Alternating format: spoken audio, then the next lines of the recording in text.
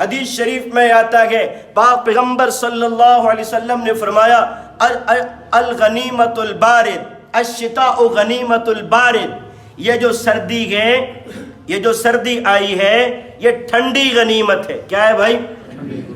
ٹھنڈی غنیمت ہے۔ کیسے؟ نہارہ قصر، اس کا دن چھوٹا ہوتا ہے۔ کیا ہوتا ہے بھائی؟ دن کیا ہوتا ہے؟ چھوٹا۔ ولیلہ طویل، اور رات کیا ہوتی ہے؟ لمبی ہوتی ہے۔ دن کیا ہوتا ہے؟ چھوٹا، رات کیا ہوتی ہے اس کی؟ لمبی۔ اب دن چھوٹا ہو، رات لمبی ہو تو غنیمت بارد ہے۔ غنیمت بارد کا مطلب ٹھنڈی غنیمت، وہ ایسے کہ حدیث شریف میں آتا ہے لِكُلِّ شَيْءٍ زَكَاةٌ، ہر چیز کی زکوٰۃ ہوتی ہے، ہر چیز کی زکوٰۃ ہوتی ہے۔ زکوٰۃ 2.5%، ہر چیز کی زکوٰۃ 2.5%، لیکن وَلِجَسَدٍ زَكَاةٌ، اس جسم کی بھی زکوٰۃ ہے، اس جسم کی بھی زکوٰۃ ہے۔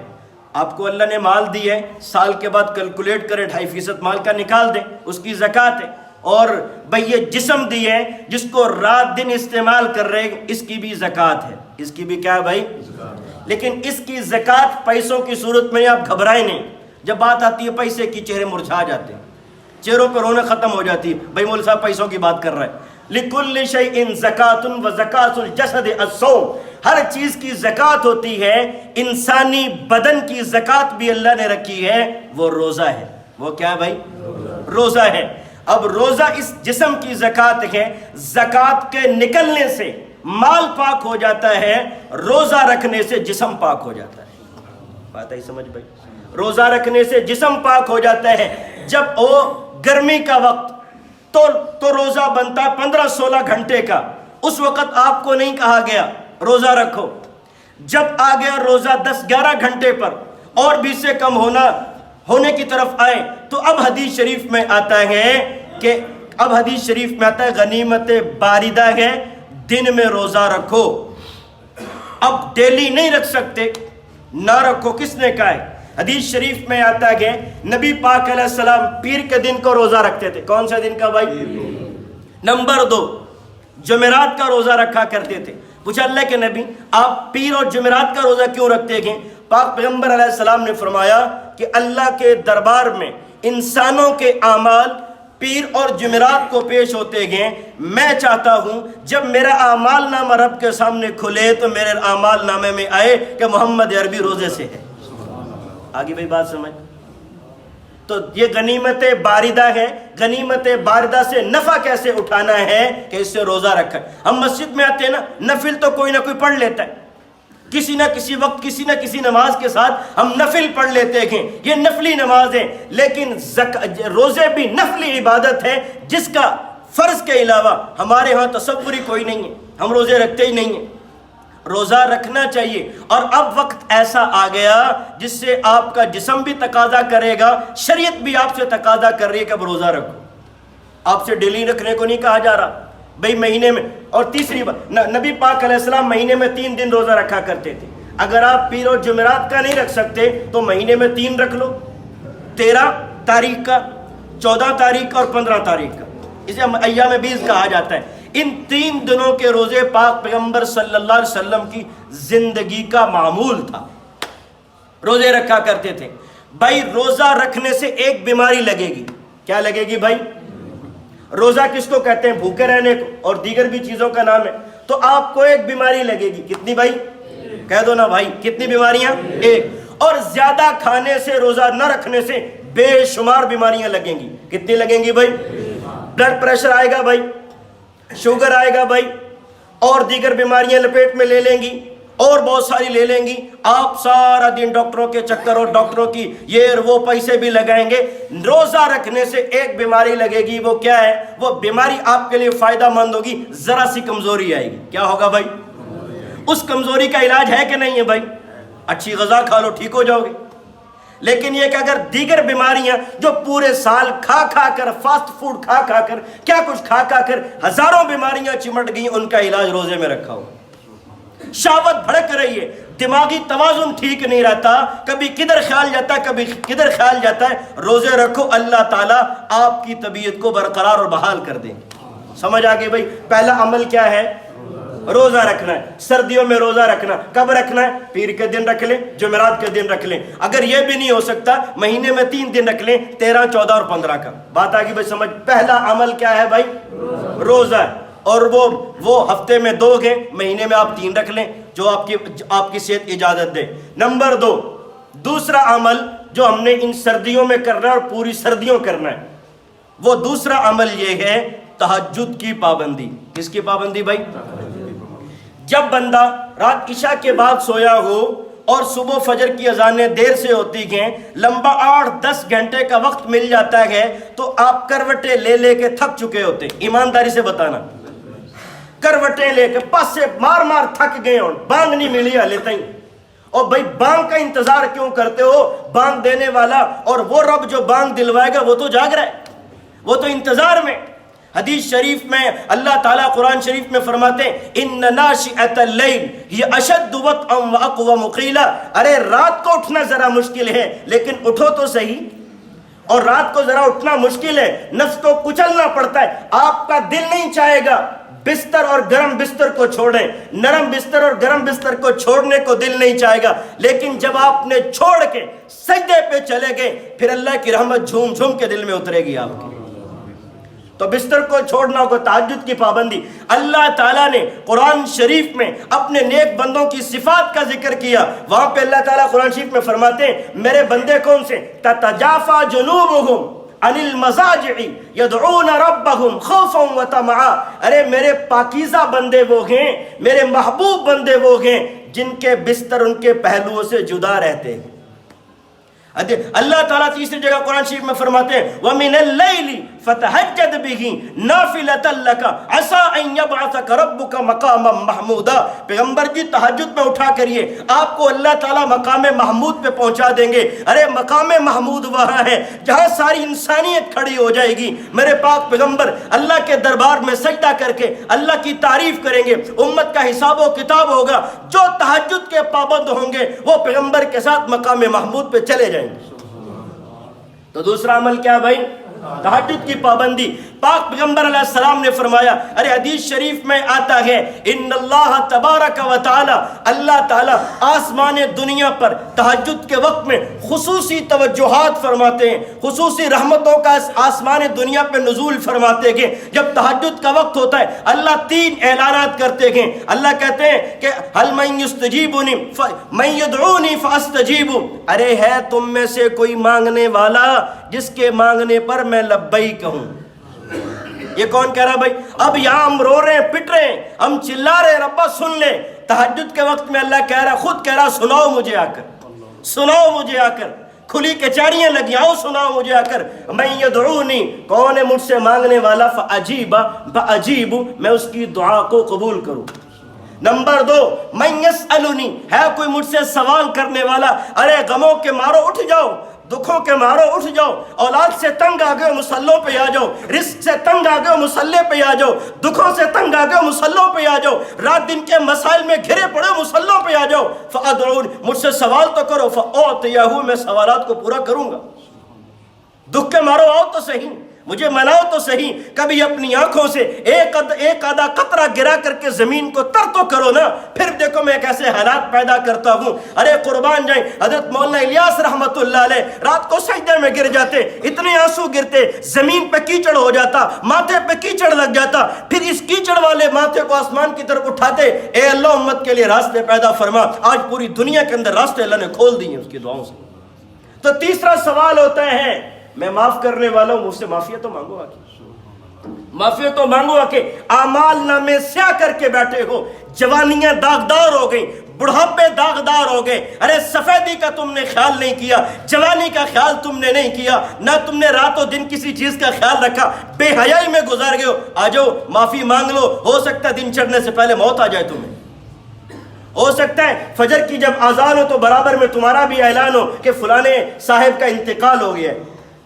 تو آ جاؤ مجھ سے معافی مانگو, معافی مانگ لو. حدیث شریف میں آتا ہے ارے تہجد تم سے پہلے جتنے لوگ اللہ والے گزرے ہیں ان تمام کا شیوا ہے, ان تمام کا شیوا ہے. اس کے ذریعے وہ اللہ تک گئے. تو دوسرا عمل کیا ہے بھائی؟ کیا عمل ہے بھائی؟ چونکہ پڑھنی نہیں اس لیے آستہ بول رہے ہیں. دوسرا عمل کیا بھائی؟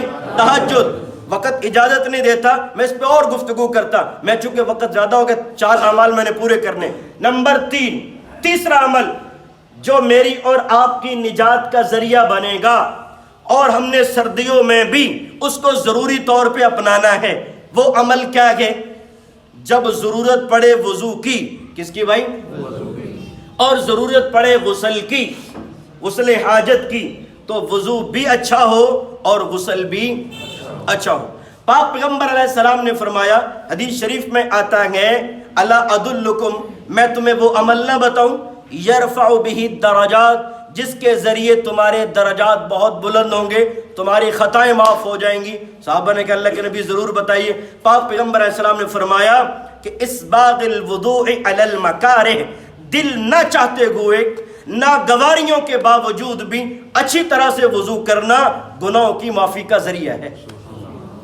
ٹھنڈا پانی ہے، وضو کو دل نہیں چاہ رہا، غسل کی ضرورت پڑ گئی، ٹھنڈا پانی ہے، لائٹ نہیں ہے، گیزر نہیں ہے، انتظامات نہیں ہے، ناپاکی کی رات ہے، آپ غسل نہیں فرما رہے، غسل کو دل نہیں چاہ رہا، وضو کو دل نہیں چاہ رہا، باہر ٹھٹرتی سردی ہے، تیز ہوائیں چل رہی ہیں، بستر سے نکلنے کو نہیں دل چاہ رہا، اس کے باوجود اللہ کا خوف دل میں رکھ کر اپنی آخرت کو آگے رکھ کے اٹھ گئے، کوئی بات نہیں، جان جاتی ہے تو جاتی رہے، حق تو یہ ہے کہ حق ادا نے اس کے نام پر جان دے دی ہے، کوئی بات نہیں، وضو سے کیا ہوگا، غسل سے کیا ہوگا، پاک کر لیا، وضو کر لیا، غسل کر لیا، یہ رفع درجات کا سبب بن گیا. اچھی طرح سے وضو کرنا، اچھی طرح سے، ارے جب بندہ اچھی طرح سے وضو کرے، حدیث شریف میں آتا ہے کہ حدیث شریف میں آتا ہے من توضأ فاحسن الوضوء، جس بندے نے وضو کیا اور اچھی طرح سے کیا، فرائض وضو کے مد نظر رکھے، مستحبات مظہر اور سنن واجبات مستحب سامنے رکھ کر کے وضو کیا، حتی تخرج من تحت اظفارہم، گناہوں سے بندہ ایسے پاک ہو جاتا ہے، ناخن کے نیچے بھی کوئی گناہ چھپا وہ بھی نکل جاتا ہے، اللہ پاک کر دیتے ہیں. حدیث شریف میں آتا ہے، ارے وضو کامل وضو، یہ تو جنت کے 8 دروازوں کی کنجی ہے. کیا ہے بھائی؟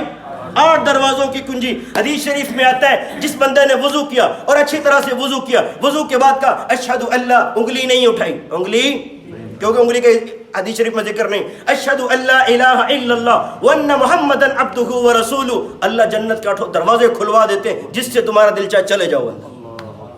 یہ وضو کیا کامل طریقے سے. اور جب وضو اچھا نہ ہو، دل نہیں چاہ رہا، سردی زیادہ ہے، آپ نے دیکھا ہوگا معاشرے کے اندر نوجوانوں سے بھی ملے، کسی اور سے بھی ملے، جی مسجد میں جو کپڑے ٹھیک نہیں ہیں، جسم ٹھیک نہیں ہے، ارے بابا ناپاک پھر رہے ہو. حدیث شریف میں آتا ہے نبی پاک علیہ السلام کا گزر ہوا 2 قبروں کے پاس سے، 2 قبروں کے پاس سے گزرے تو فرمایا لا یعذبانی، ان دونوں قبر والوں کو عذاب ہو رہا ہے، ان دونوں قبر والوں کو عذاب ہو رہا ہے. پوچھا اللہ کے نبی کیوں ہو رہا ہے؟ کہ نمبر 1، اس کو عذاب اس لیے ہو رہا ہے کہ یہ پاک نہیں رہتا تھا، پیشاب کے چھینٹوں سے پاک نہیں رہتا تھا. اس حدیث شریف میں آتا ہے استنزہوا عن البول فإن عامۃ عذاب القبر منہ، ارے پاک رہا کرو پیشاب کے چھینٹوں سے اور دیگر ناپاکیوں سے، عذاب قبر اکثر اس کی وجہ سے ہوتا ہے. کہ اس کو عذاب اس لیے ہو رہا ہے، پاکی کا خیال نہیں تھا، اس کو عذاب اس لیے ہو رہا ہے کہ بھئی یہ غیبت سے باز نہیں آتا تھا. ایک بندے کا انتقال ہو گیا، بندے کا انتقال ہوا، لوگوں نے اٹھایا قبر کے پاس لے گئے، جنازہ ہو گیا، قبر کھودی، قبر جب کھودی گئی تو قبر کے اندر سے ایک جانور نکل آیا.